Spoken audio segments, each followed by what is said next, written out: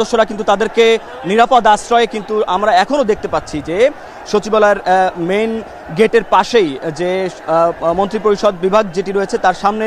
যেসব আনসার সদস্যরা ভিতরে আশ্রয় চেয়েছেন তাদেরকে কিন্তু ভিতরে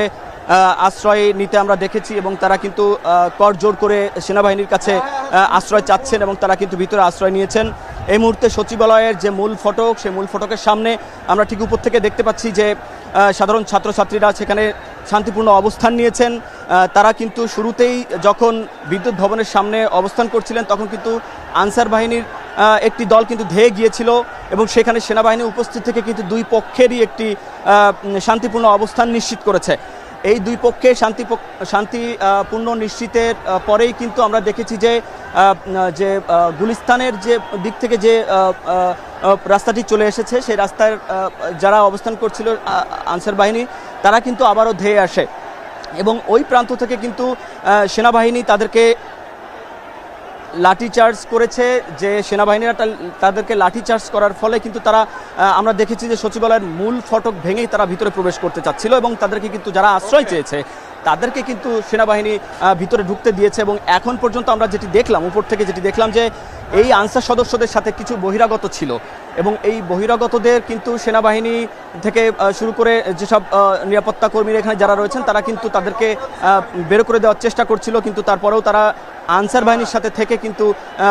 আন্দোলন চালিয়ে যাওয়ার চেষ্টা করছিল, তাদেরকে কিন্তু দমানো যাচ্ছিল না। আর এখন যেটি আমরা দেখতে পাচ্ছি যে পুরো সচিবালয়ের সামনে সাধারণ বৈষম্য বিরোধী যেসব ছাত্ররা তারা অবস্থান নিয়েছে তাদের সমন্বয়কের আমরা দেখতে পেয়েছিলাম। এখানে হাসানাত আবদুল্লাহ ছিল সচিবালয়ের ভিতরে, আমরা তাকে দেখতে পেয়েছিলাম, তিনি নিয়ন্ত্রণ করার চেষ্টা করছিলেন। এবং যখন আনসার সদস্যরা আন্দোলন করছিলেন তখন কিন্তু সচিবালয়ের ভিতরে যেসব কর্মকর্তা কর্মচারীরা আটক ছিলেন তারা কিন্তু অনেকটা আতঙ্কগ্রস্ত ছিলেন। এবং একটা পর্যায়ে দেখি যে ঠিক 9টার পরপরই আমরা দেখেছি যে মূল ফটকের ওই পাশ থেকে অর্থাৎ রাস্তায় যেসব আনসার সদস্যরা আন্দোলন করছিলেন তারা কিন্তু ইট পাটকেল ছুটছিলেন ভিতরে এবং সাধারণ যেসব কর্মকর্তা কর্মচারী তারা কিন্তু আতঙ্কগ্রস্ত হচ্ছিল এবং তারা কিন্তু একটি দাবি তুলেছেন যে এই যে আনসার সদস্যদের এই তাদের যে দাবি ছিল সেই দাবিগুলো মেনে নেওয়ার পরেও তারা যে অবস্থান কর্মসূচি করছে এটিকে তারা ভালোভাবে নিচ্ছিলেন না এবং তারা বলছিলেন যে আনসার সদস্যদের চাকরি স্থায়ীকরণ নয়, চাকরি তারা বলছেন তাদের দাবি যে তারা যেন এদের বিরুদ্ধে ব্যবস্থা নেয় সরকার, সেই বিষয়টি তারা জানিয়েছিলেন। এবং যখন আনসার সদস্যরা কিছুক্ষণ আগে যখন আনসার সদস্যরা মূল ফটক ভেঙে মূল ফটক টপকে অর্থাৎ খুব হুড়োহুড়ির ভিতর দিয়ে ভিতরে প্রবেশ করার চেষ্টা করে তখন কিন্তু সচিবালয়ের কর্মকর্তা কর্মচারী যারা ভিতরে অবস্থান করছিলেন তাদের সংখ্যাও কিন্তু কম নয়, তারা শত শত সরকারি কর্মকর্তা কর্মচারীরা সকাল থেকেই এখান থেকে বের হতে পারেন, তারা কিন্তু ভিতরে অবস্থান করছিলেন। আনসার সদস্যদের উপরে তাদের একটি ক্ষোভ রয়েছে, ফলে তারা যারা ভিতরে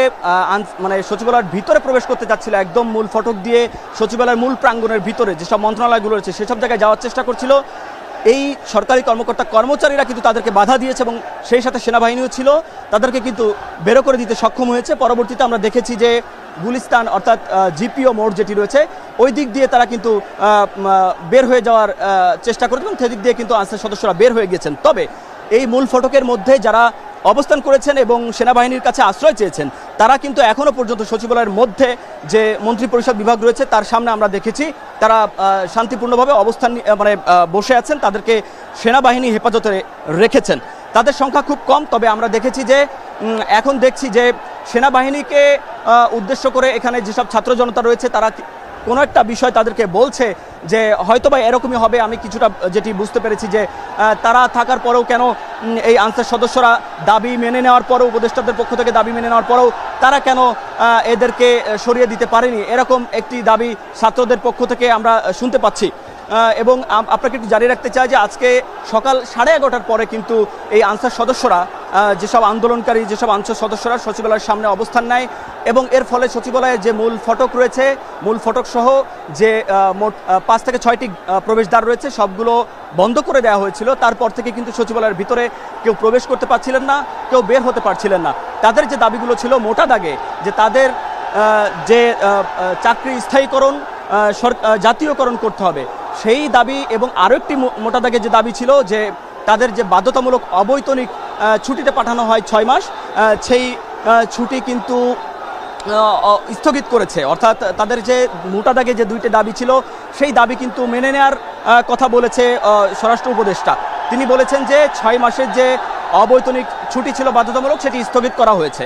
এর বাইরে যে দাবিটি, প্রধান দাবি যে জাতীয়করণ করতে হবে, সেই জন্য কিন্তু 19 সদস্যের একটি কমিটি গঠন করার সিদ্ধান্ত নিয়েছে এবং আগামী 7 কর্মদিবসের মধ্যে